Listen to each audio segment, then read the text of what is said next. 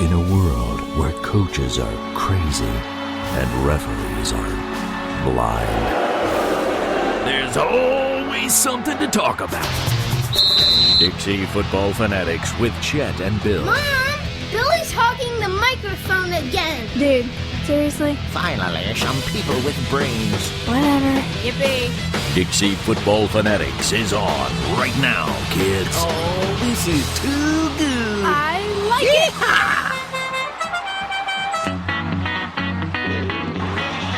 You have just entered the red zone. Now, your hosts. Let's hear it for Chet Young and Bill Cole.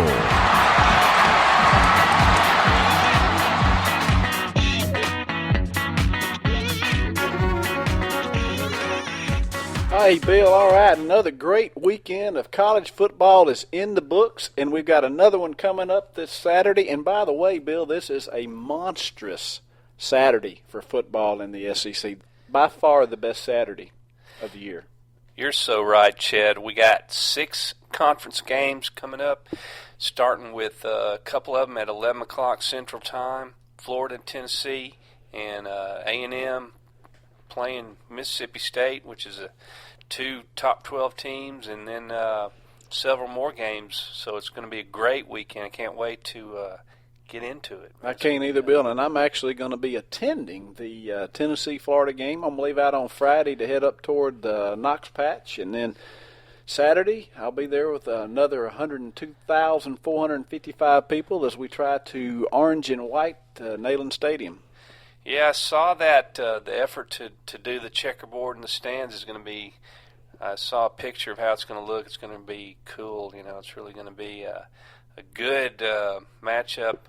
Florida coming in 2-1 overall. Tennessee 2-2, but Tennessee coming off a close game against Georgia, and of course Florida still licking their wounds after Alabama whooped up on them in T-Town. But yeah, I'm looking forward to that game, and man, we'll have to get a good report from you next week from Knoxville. I'm hoping, I think I've mentioned before, it's been a long time since I've been in Knoxville and watched Tennessee actually win a football game. I go to games every year, but I honestly could not tell you when the last time I went to a Tennessee game and saw the Vols win. That's embarrassing, but that's the truth. Yeah.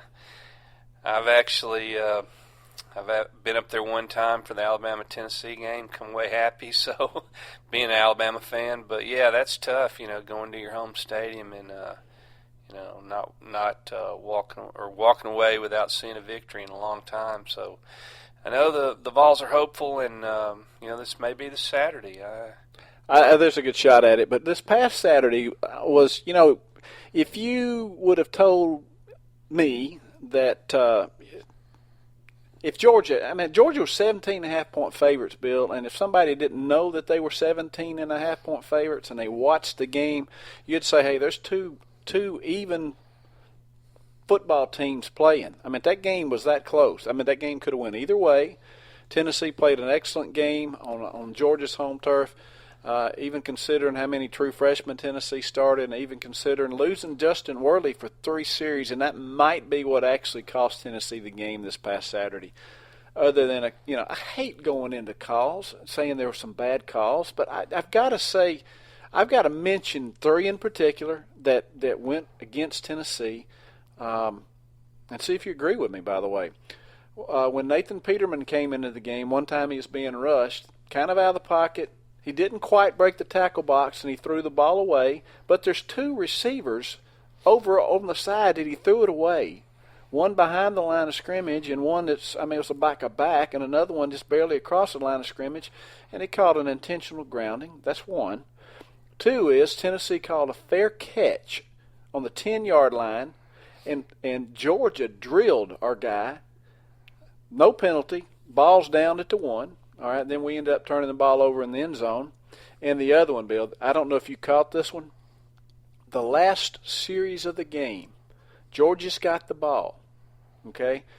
Tennessee is out of timeouts. On 3rd down, it's 4th and, let's see what it is, 3rd. It's 3rd and 7 or so.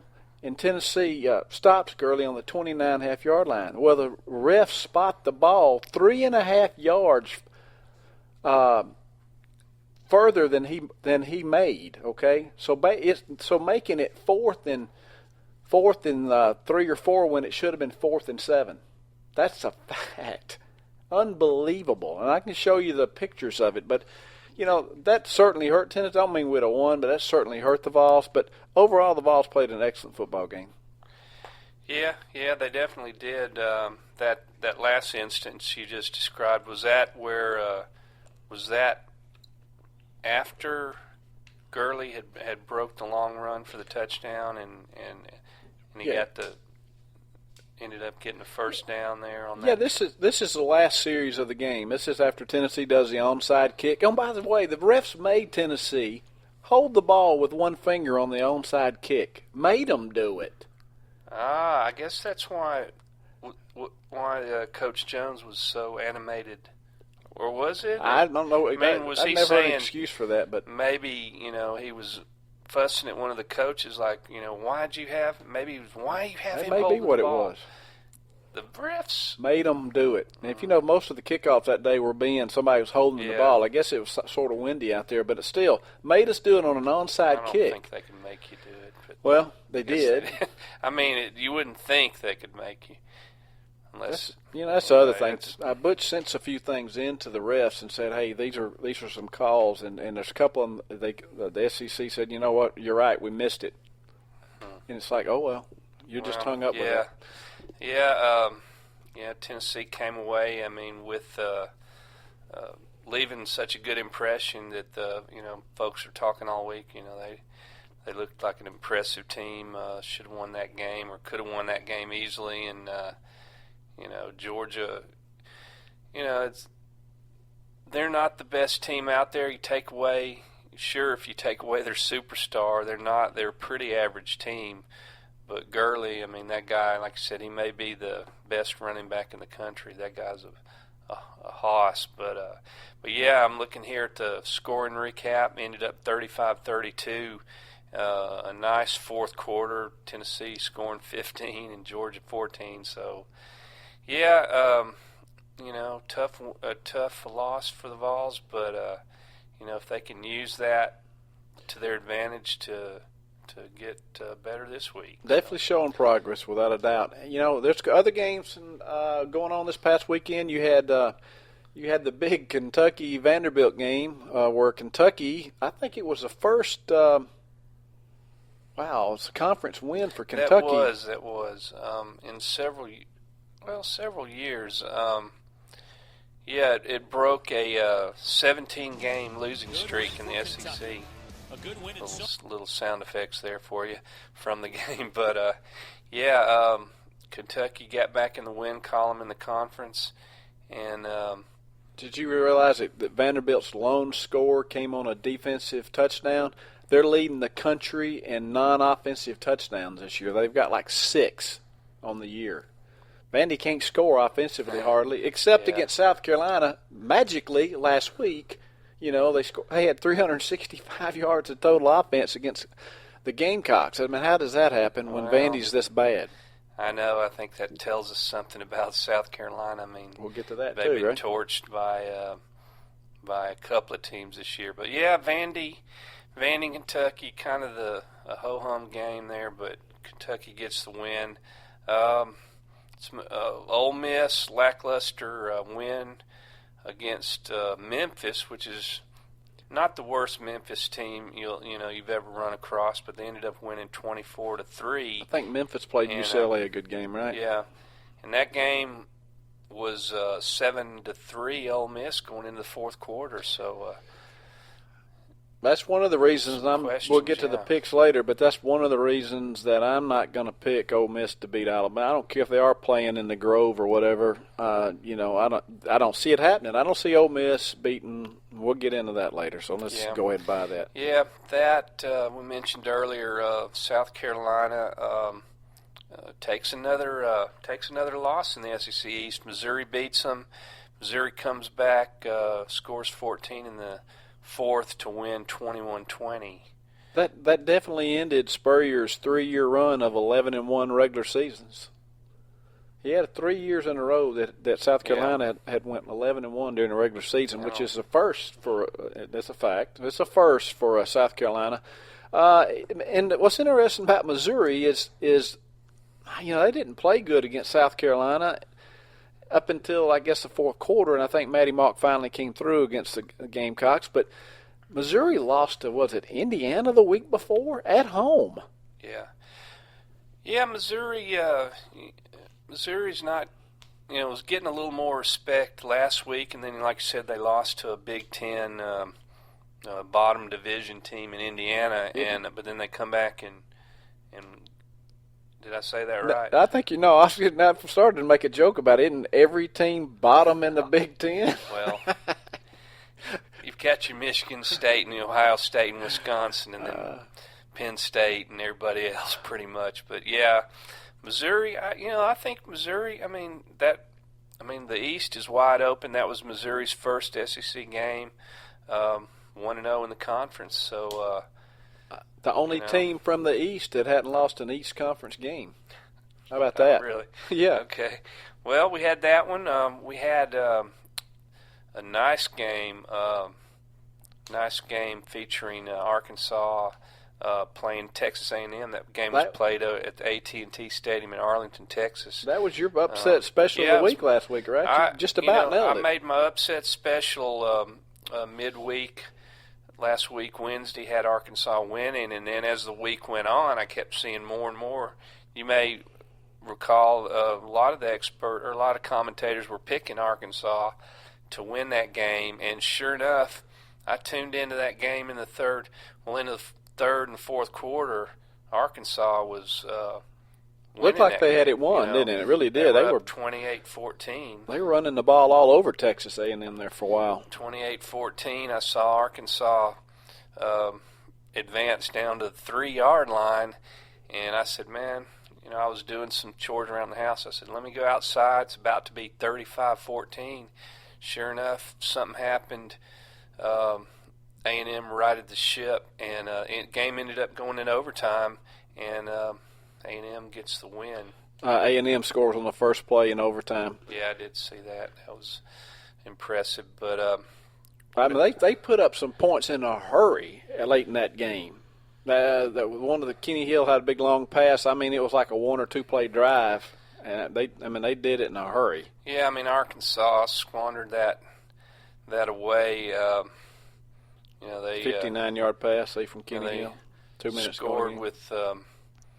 A&M scored with 4 minutes left, and they scored again with what are we looking at? Late in the game, but 43 seconds. But yeah, got away from them, and Arkansas. They're going to knock somebody off. They're going to upset somebody. I don't know who it's going to be. It may be your Tide. It may be. It's certainly. It's not going to be. They played a good game against Auburn. They've already played Auburn, and Auburn blew them out in the second half. But they played a good first half against Auburn. It looks like bulimia or whatever his name. Bulima? How do you say? Bulima. I can't say it now. Anyway, it looks Bielema. Bielema. It looks like Bielema. He's going to be a pound it down your throat type guy like Saban has been for a number of years at Alabama. Great running backs. I don't think they're loaded at quarterback right now. The guy's not bad, but I just don't think he's great. But they're going look for some upsets down the road with Arkansas. They're good enough to beat somebody. I don't know who, but maybe it'll be LSU, right? They hadn't played LSU yet.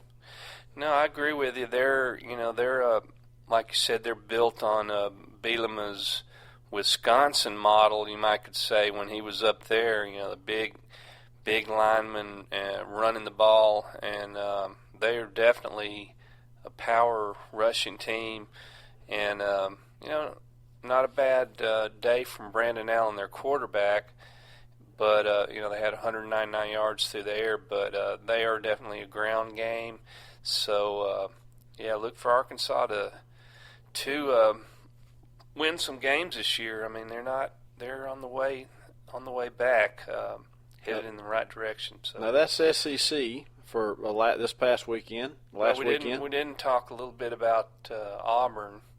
Auburn gets the win. Yeah, they played Louisiana Tech, right? Yeah. So Auburn gets the win. Auburn fans I've heard are saying, hey, Auburn didn't look really good, but, hey, we're holding back. We're holding back. We'll just wait to see what we do to the Tigers this weekend. Yeah, I mean, Auburn pulled away late in the game, 21 points in the fourth to go up 45-17. And, yeah, you're hearing some grumblings, but you know, they have some really stud receivers, Chet. I mean, this Coates and was it that Bray and Williams? That Williams is that's that JUCO transfer, right?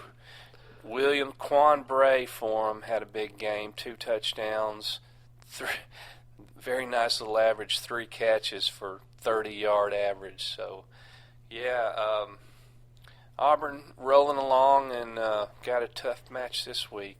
And Auburn had 200-yard rushers last week. So again, they were playing Louisiana Tech, yeah. But okay. Yeah. I mean, your stats look better with the weaker teams you play. We'll agree with that, right?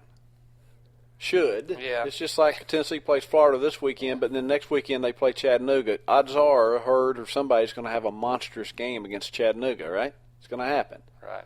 So, but back to coming up Saturday's week 6, man. I hate to see that number so high. We're getting about halfway. Well, that's halfway pretty much through the year. But we mentioned Florida up in Knoxville, and the other 11 o'clock game is going to be Texas A&M and Mississippi State. Man, Texas A&M coming in rated number 6. The Bulldogs up to number 12. Very good matchup coming up in Starkville. And any thoughts on that one, Chet? Over in the game coming up, in Starkville, yeah. Mississippi State, with Dak Prescott. He said it right, folks. Dak, I got it right now, people. I'm getting these Bulldogs down. What I'm going to say, Bill, is I'm going to say that I believe the Mississippi State Bulldogs is going to upset the Aggies this week. And we'll go over our predictions here a little later. We'll actually give some of these. Yeah, we got a treat for you. Yeah, special treat this week. and if you want the full treat, go to the website, DixieFootballFanatics.com and read our fanatical picks for the week. They're pretty good. Last week, Bill. If we do say so ourselves, and we do. And we do, by the way. And somebody's got to.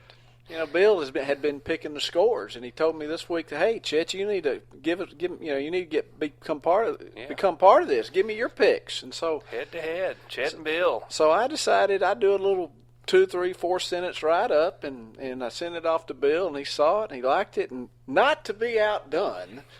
And by the way, he was not outdone. Bill gave me a paragraph on every game, but it's really good. It goes back to for those people that remember the Leonard's Post Toasties. This is Leonard's Post Toasties. Leonard's Losers in a close one. Florida Gators. You remember those days, right? Leonard's Losers was really good. It's a lot of fun. But all right, so where were we? You made me lose track. Florida, Tennessee this week. How about this? Listen to what Jeff Driscoll did against Alabama, Bill. I don't know if you knew this, but Jeff Driscoll completed 9 of 28 passes against the Tide for 93 yards and 2 interceptions. That's just some outstanding quarterback play, isn't it? Driscoll struggled against the Tide, to say the least. Florida is not looking good this year, Bill. Florida's pass defense, Florida is surrendering 287 yards per game. This was supposed to have been the Florida Gator defense, was supposed to have been one of the best in the conference. As many players they lost last year, they were one of the top defenses in the conference last year, right? And Florida is even an un-Florida-like 6th in rushing defense. They're giving up 128 yards per game. Of course, Tennessee's last in rushing defense, but they've also played Oklahoma and Georgia, which is, you've played some of the best backs in the country with, Gurley. Tennessee's given 169 yards per game. But Florida is 13th in the SEC in total defense. Think about that. 13th. Huh. All I'm telling you is right now is It's time for Tennessee to end the 9-year losing streak to the Florida Gators. And yes, it has been 9 years, and it's been 17 out of the last 21 games the Gators have beat Tennessee. Yeah, that's a very lopsided stat, and it's this has been such a marquee game in the SEC East to deciding the champion, and it's not so much the last couple of years, or definitely Tennessee's not been in contention for whiles, and but yeah, this is looking good for the Vol Nation as far as Florida being maybe ripe to take down, coming to Neyland, and that defense is just not getting the job done down there in Florida. But Tennessee's defense is. But yeah, I mean, very, very much so.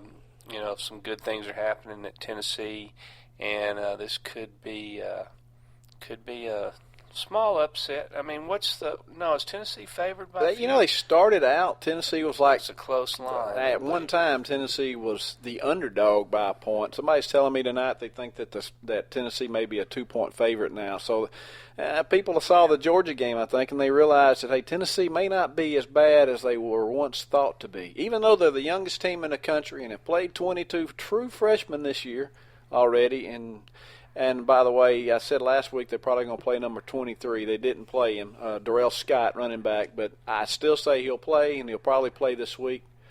Big loss this week, though. Tennessee lost Dylan Bates for the year. He was a true freshman linebacker for Tennessee, the son of Bill Bates. He's out. He torn labrum, is that what they call it? Anyway, he's out for the year. Should be back in the spring, but it's a guy that has been spelling A.J. Johnson, which is, of course, Tennessee's All-American candidate linebacker who's, got second in the conference in tackles with 46 tackles. Pretty impressive. Yeah, a lot of things trending upward for Tennessee. Some good performances from some of the young players. I think Jalen Hurds comes to mind, running the ball. Is he considered their go-to guy in the backfield now? He is now, and it's Butch Jones said he's running angry. He's got a lot of yards after contact, and he's a big guy. He's like I say, he's a big guy. He reminds me of your Henry guy at Alabama. Yeah, big dude, and tough runner. I don't quite compare him to him. He's very, he's not the built-up, bulky guy, but he's got just a look of speed to him. He's got who Hurd? Yeah, he's kind of he's got a sleeker build. Yeah, there you go. Sleek. I don't know what I'm trying to say. I know what he's you're saying. Slender, but he's big, if that makes sense. They're both 6'3". I could say we were talking about this maybe last week. I thought your guy must weigh about 10 more pounds than Hurd. Hurd weighs around 230. He ain't a small guy at all. Yeah, I didn't know he was that big, but yeah, he is having a great rookie campaign, you might say.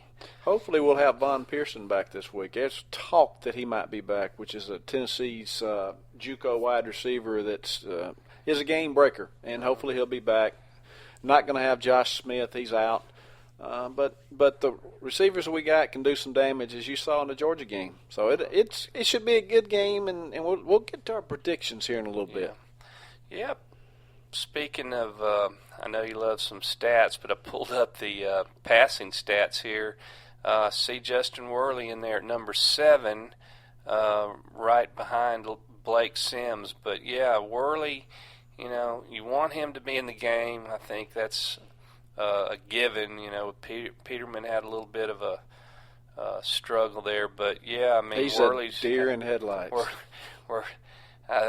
I know that one sack you mentioned to me. I mean, he was just dead eye on his downfield, and he just got smacked down by that Georgia Bulldog defender. And but yeah, look for Worley to keep getting better. I mean, that's just going to be great things for Tennessee if that happens. They can't afford for Worley to get hurt. If Worley stays healthy, I think Tennessee's got a real shot at making a bowl. I think they can upset some. I think they can beat Florida this weekend. I think they can go down to Ole Miss and give them a good game. You know, other than that, Alabama's their toughest team left on the schedule. They go to Columbia. Obviously, the Gamecocks are beatable. They got Missouri coming to Knoxville. They're beatable. Vandy's beatable. Kentucky's beatable. I mean, Chattanooga. I mean, Tennessee, you'd think, based on the way they played Georgia, should go bowling. But if they lose Worley, they won't. Mm-hmm. Yeah, I'm with you on that. But I look for we won't reveal our picks quite yet, but I'm looking for good things for Tennessee this week. And like we didn't talk a whole lot about A&M Mississippi State. We jumped back, didn't we? I think that the Bulldogs will be able to do some home cooking there in Starkville and be able to withstand Texas A&M. And Kenny Hill coming in, leading the conference in passing, burst on the scene against South Carolina. And, they got the win. They gutted it out and got the win last week against Arkansas. So, but I think that they're due for a fall, and I think Mississippi State's for real this year. And I think Texas A&M may be tired. What I mean by that, they had a hard game last week against the Razorbacks, and then Mississippi State was off. I mean, Mississippi State, they got this game this week, and then next week they play LSU. They win. I think it's LSU. I'm pretty sure it is. They win these two games. I mean, State is looking pretty strong for the West, contending for that West title. Oh yeah, I mean it's in their hands. It's murderer's row, so to speak, when you get into this part of the year for the SEC West. But man, that Dak Prescott is. I don't know if that's what you're looking at, but he is having a great year throwing the ball and running the ball. Heisman candidate, but I'm looking at that Robinson guy and the yards per carry. Look at the yards per carry for Robinson. Yeah, nice 7.8. That's impressive, man. If you average over 7 yards a carry, that's and especially he's got plenty of attempts, 62 attempts. It'd be one thing if it was 10 attempts, but it's 62 attempts. So he's been pretty consistent, which points to Mississippi State's line. But if you're going to talk about Mississippi State's line, you got to talk about the center that will not be playing this week because he was too busy stomping on some guy's gut and arm at the last game they played. He got suspended for one game, right? And you do know that they're not going to use the center that snapped the ball over the quarterback's head in the it was the LSU game. They already played LSU. They play who does Texas A&M play next week? Not Texas. Mississippi State plays Texas A&M this week. Auburn. They got Auburn next week. That's who they got. There you go. Sorry about that, you Mississippi State Bulldog fans. I was taking away your credit for that LSU win. You've already beat those guys. Yeah, look at that State coming off the win against LSU. At the time was rated number 8. This week, Bulldogs taking on the Aggies, the number 6 team. Next week, Auburn, number 5 team. So basically, if they could win all 3, they will have beaten 3 top 10 teams in a row, right? That ought to deserve some high ranking for the Dogs if that happens, right? If it happens. If it happens, look for them in the top 5. Obviously. And some people might be starting to be considering them for one of their 4, right? From their resume, then that would definitely be the case. But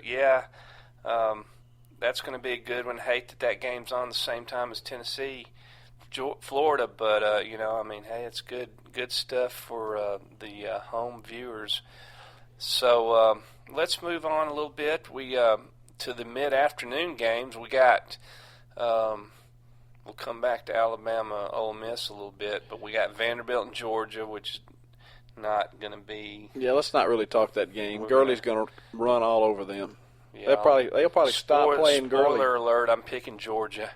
Yeah, I bet Gurley doesn't play much past the first half in that game. I mean, if you're blowing Vandy out while playing, right? But I mean, if this was a half decent Vanderbilt team from the last 2 or 3 or 4 years, you might even pick an upset here. Yeah, but it's not. I mean, it's, I know it's nothing. There's nothing to talk about here. I mean, there's really nothing to talk about. Yeah, that's not going to be pretty, I don't think. But then we move on. What we got? What else we got? Spurrier and the Gamecocks playing the Wildcats. Spurrier had the nerve to say that look for a really good ball game. Well, maybe it will be. Maybe he sees something in the Kentucky Wildcats that I mean, they are playing better, no question about that. And I don't know. For some reason, I'm thinking sooner or later the Gamecocks have got to wake up. But of course, I hope they don't wake up before Tennessee plays them. But what I mean by wake up, they beat Georgia, but then they losing home to Missouri, and it's just they got stomped by Texas A&M. They're not playing consistent football right now, and maybe they're playing to the best that they can play. I don't know. I mean, I guess it's yet to be determined. If Kentucky beats them, then you're going to have to say that South Carolina's not very good, right? Yeah, I mean, I think it's a little bit of both. I'm liking Kentucky in this game for whatever reason, but really, yeah. Another spoiler alert, but anyway, yeah, I don't know. Big Blues got me.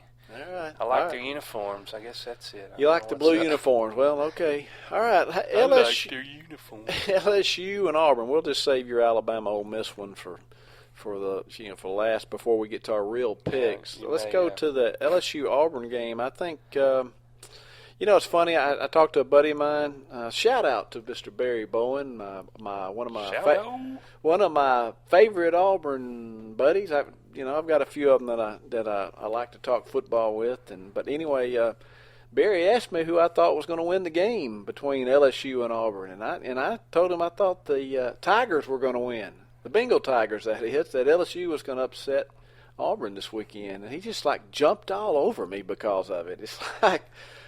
It's just an opinion, man. That's just my thought. I'm thinking LSU is gonna play that Harris kid. What'd you say his name? Brandon Harris.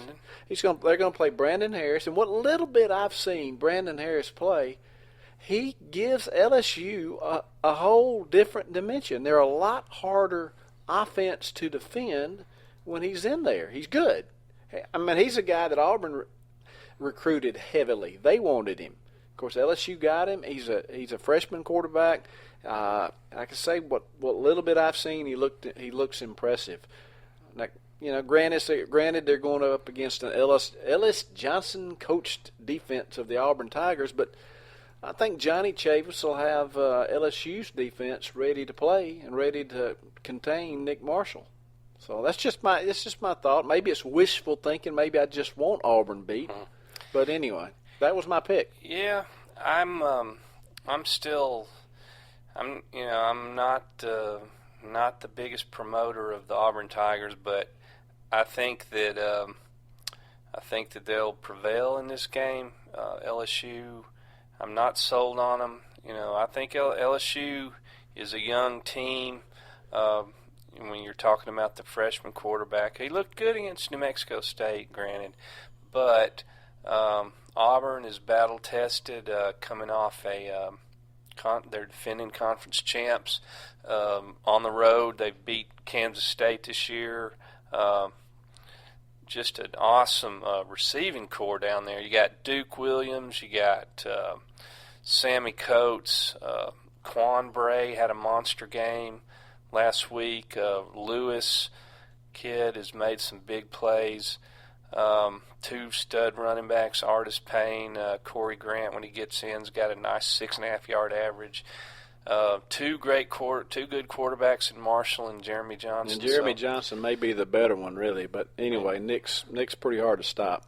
Yeah, so I'm going to go I'll reveal my prediction here in a minute, but kind of tell where you're going, but okay. Auburns are going to like me this week. I hope Yeah. you like me. Yeah, well. So, but yeah, that's a nice game on ESPN Saturday night. So The Alabama Ole brings Miss us- game at 2:30 Central Time. Bill, that's going to be a fun game to watch. Ole Miss is really, they're riding high. They think that they've got the team that can finally take the Tide down. I know, Chet. This is the same song that I've heard for decades as being a mature Alabama fan, growing up in the 70s, 80s, through the 90s. Every few years, Ole Miss gets respectable. Maybe inches up in the polls. This year, they're number 11. Gets a lot of love. People. You got your anti-Bama people that are saying, "Man, who's going to beat Bama? Hey, Ole Miss. They may be the team to match up." Tennessee and Knoxville. What did I say? Yeah. So talking about anti-Bama people, but yeah, I'm not sold on Ole Miss because you got a quarterback who leads the conference in interceptions. No surprise, Bo Wallace. Now his statistically, other than his turnovers, I believe he's got 6 this year.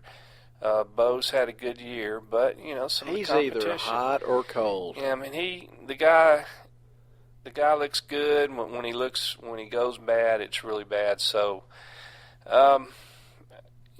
just looking at Alabama's resume, 3 cupcakes, so to speak. Well, I mean, we had West a Virginia decent was, that's a good I game. take that back. They're a West good football Virginia's team. getting a little more respect as a Big 12 team. But a couple of tune-up games there, and then the big win against Florida, which, people are, Florida's not who we thought they were, but I'm hoping not. 'Cause But Tennessee needs just to win. a purity beatdown, 42-21. Alabama rolled, and I just see Alabama prevailing unless they lose a turnover battle. And even though they lost it against Florida, turnovers that is, Alabama was able to overcome it. That's so, the only way Florida was ever in that game was the turnovers early. I mean, that's how they stayed with Alabama for a while. That's how it was 21-21 at one time. Yeah. It's just strictly the turnovers, and they capitalized on them. So, I mean, if you get the turnovers, you need to capitalize on.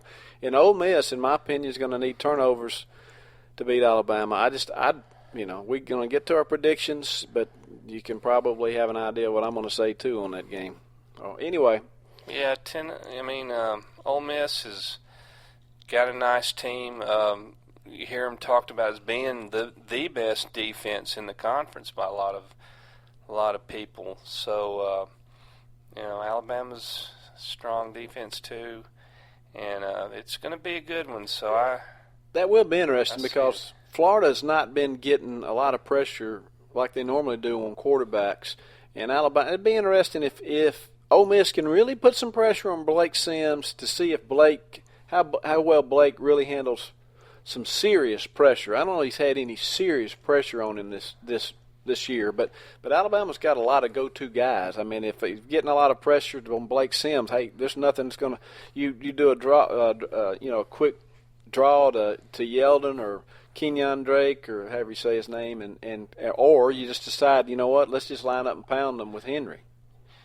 Yeah, I mean, Alabama's QB has developed under Lane Kiffin to be an added threat of running the ball, and that's something we haven't had. Blake has run the ball 22 times for 141 yards, a nice little 6-yard average. He's had a 24-yard run, so he is elusive, and he adds that extra dimension that a Tide quarterback hadn't had lately. But, I mean, I don't have it right in front of me, but Alabama is leading the nation in third down conversions, if I'm not mistaken. That's going to be interesting when you come to Knoxville because we're leading it in stopping third downs. Yeah, that's Forgot about that, but that's a big stat. That's kind of impressive too. They, I saw some stats. Saw a post on Twitter. I think that how Alabama is so strong in that category. Also, red zone scoring. I think Alabama is one of the leaders in the nation. Once they get down there, they're putting it in. So, going to be a good one in Oxford. So we'll get to that prediction here in a minute. So what else we got? National games. There's a big national game this weekend too. One of the top teams in the country, the Notre Dame Fighting Irish, I think, is playing Stanford, and that should be a good football game, right? Yeah, definitely. Notre Dame is getting a lot of respect, top 10 rating, but that's Stanford's going to be a good test for them, and I know Everett Golson's back at QB for the Golden Domers, and he's having a good year as Notre Dame is still undefeated. But I don't know what else we got. Frankly, most of the big games this week are in the SEC. 14 Stanford at Notre Dame. You got who's Oregon have? Is Oregon playing this week, or are they off?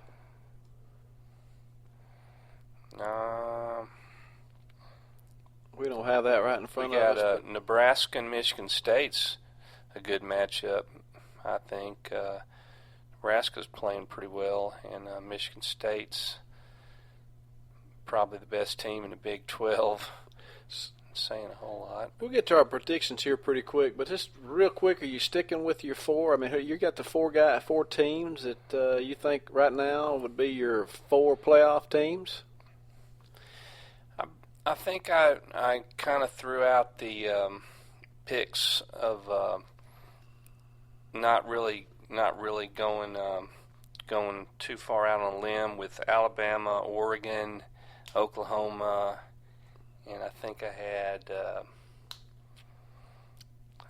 Alabama, Oklahoma, Oregon, and Florida State. But Florida State, I think I might drop them down a notch because I don't see them there. I don't see them getting there. The problem is that they're probably going to win enough games to be there. I mean, the ACC is not that strong, even though I don't think they're that strong, and I'm not sure Jameis Winston will make it through the year. We've talked about that. The guy's a head case, to say the least. He's an embarrassment. I think I saw something about Hueytown, where I guess he's from Hueytown, right? Where they were kind of embarrassed to be associated with him, so to speak. Yeah, I think that he's kind of poisoned their year. Oh, I mean, bad. It's almost like the karma is going to catch up with him. And even when you've got Florida State, I mean, I had a Florida State guy that I'm on Facebook with, and he said, this was back when they played Clemson. He says, I'd just as soon see Florida State lose, this game, just because, when you hear fans saying stuff like that, things are really gone south. So I just don't think Florida State is going to be there in the end. I don't either. I even agree though with their you. schedule's not that tough. But Auburn, this could be a monumental year for an Iron Bowl. I mean, that's way down the road. But if you had Alabama and Auburn running the table, how huge would that be? I don't see that happening. But, I don't see it happening. But it could. They both could. They're both good enough to do it. And if they did, then you could see whoever wins that game. If they win the SEC title game, they're in. Right? If they win the SEC title game. If you're undefeated going to SEC title game and you win, you're in, right? That's no question about it. The ESPN College Football Power Rankings have been updated after the fifth. They've been updated. Bill, I'm just you're surfing around, and ESPN automatically gets that. Just puts the video in, right? That's what happens. Talking about big games coming up next week, we got UCLA playing Oregon, and the winner of that game I was looking at UCLA. They're not winning big margins, but if they can run through this schedule, beat Utah, Oregon, USC, and Stanford, then you may want to pencil them in. Yeah, I don't see it. They can beat maybe they can't. Maybe they will. I mean, I don't know. We'll see. What about our predictions? Do we want to get to the fanatical picks? I think we're about ready for that. We're about ready for the Here fanatical we go. picks? Here comes Chet and Bill's fantastical fanatical predictions.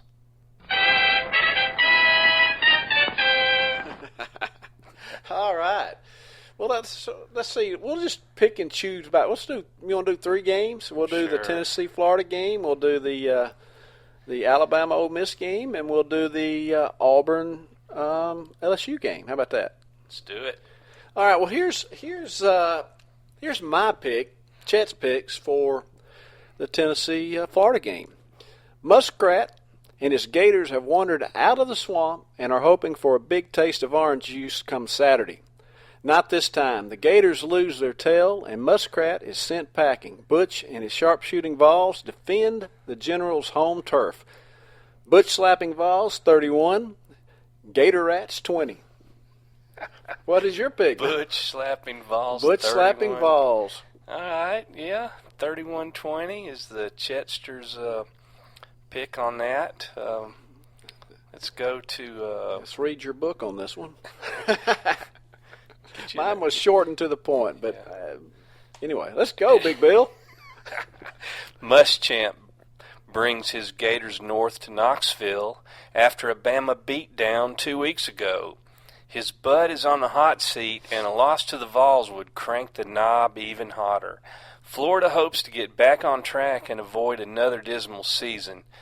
Butch Jones has a hopeful Vol fan base energized as they fought hard and nearly tripped up Georgia between the hedges. Tennessee will be sky high in Neyland as improving quarterback Worley and super frosh running back Jalen Hurd and the freshman bunch win by razor's edge. Bills pick Tennessee 28, Florida 27. There you go. We both going with the Butch slapping Vols. All right. Next game is we're going to go, let's see, what are we going? Alabama game? Alabama, Ole Miss? Ole Miss? Ole Miss. Ole Miss? Alabama, Ole Miss? Where's my picks, Bill? Ah, okay. Here we go. The Black Bears, a.k.a. Rebels, are lying in wait at the Grove to ambush a pack of big red elephants. Little Nick and Lane have the pachyderms riding on a mighty rolling tide. Don't look for them to freeze when Bo and his boys start firing. The Rebs will put up a good defense, but their lack of ammo will do them in. Red Elephants, 31. Frozen Rebs, 24. Frozen Red. That's a play on Hugh Freeze for those who don't get it. 31-24. Yeah. Jets call at the Knoxville. Not at Knoxville, that's Oxford. I got it. Bill's two. All right, that's all right. Down here goes Bill's winners. The conference headliner has the coaches poll number 1 ranked Alabama taking on the number 11 Ole Miss Rebels in Oxford. The Magnolia State is buzzing with excitement as ESPN College Game Day comes to town. So the Rebel faithful better enjoy the pregame fun in the Grove.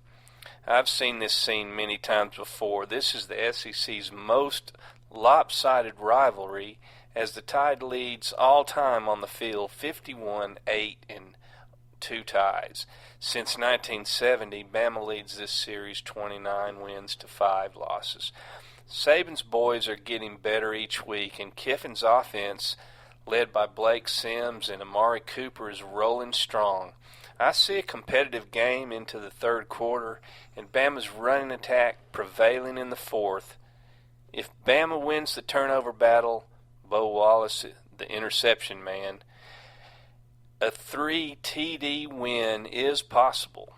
Bills pick Alabama 31, Ole Miss 17. There you go. That away, Bill. We both what have a fanatical pick you just put out there. All right, now we're going to go to the Auburn Tigers and the LSU Tigers. Let's see, where's my pick? Where's my... It's right here. You didn't write a volume. I didn't write it. Mine's really quick and to the point on this one. There's a big Tiger fight coming this Saturday in the Jordan.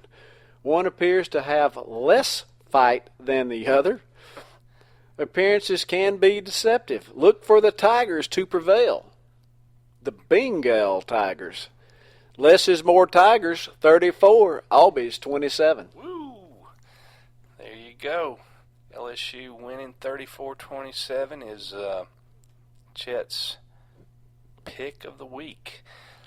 And here's what I had. The Big Cat Tiger fight comes to the plains of Auburn as the Baton Rouge Bengals invade the War Eagle feline's den. The Hat, Coach Les Miles, can always be counted on to open his bag of trickerations, and you don't want to miss this one on Saturday.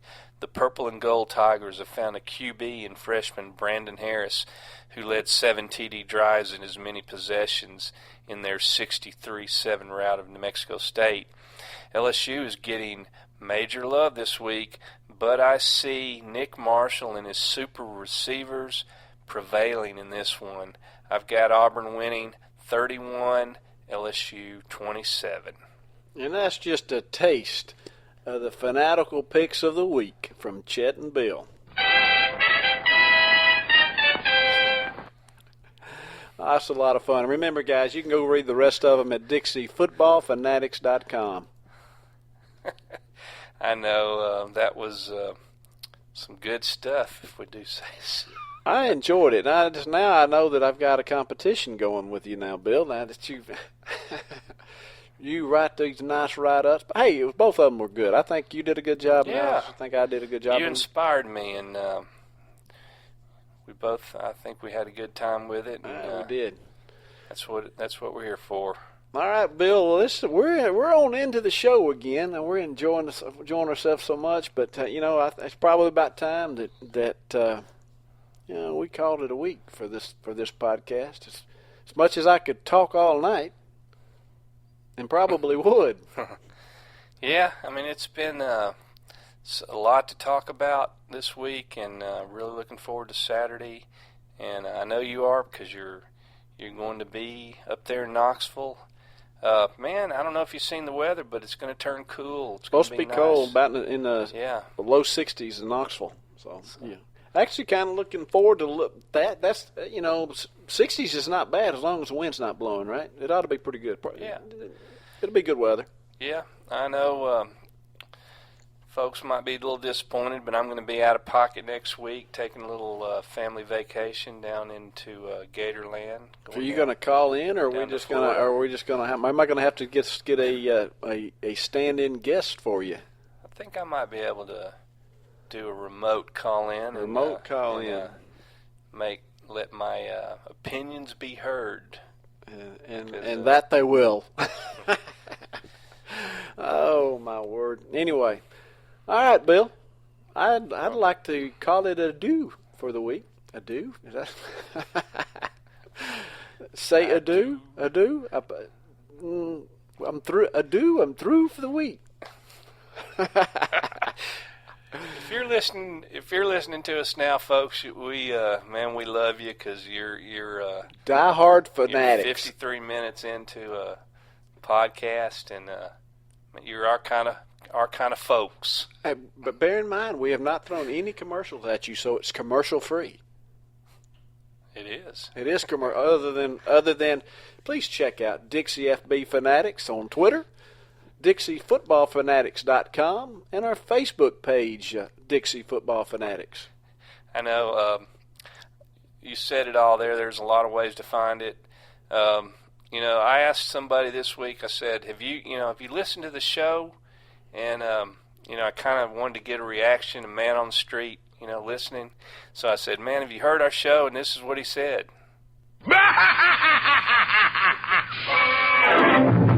I don't know how to take that, Chip. I take it he loved it, Bill. I just take it he just you guys are funny. Absolutely loved it. All right, Bill. Well, you have a great trip next week, and I look forward to you calling in and doing the show remotely. Well, you enjoy your time up there in Knoxville, and see what you can do to get the Vols a win, and look forward to talking to you next time, Chet. And everybody out there, have a good week, and enjoy you some Dixie Football Fanatics. We appreciate you listening.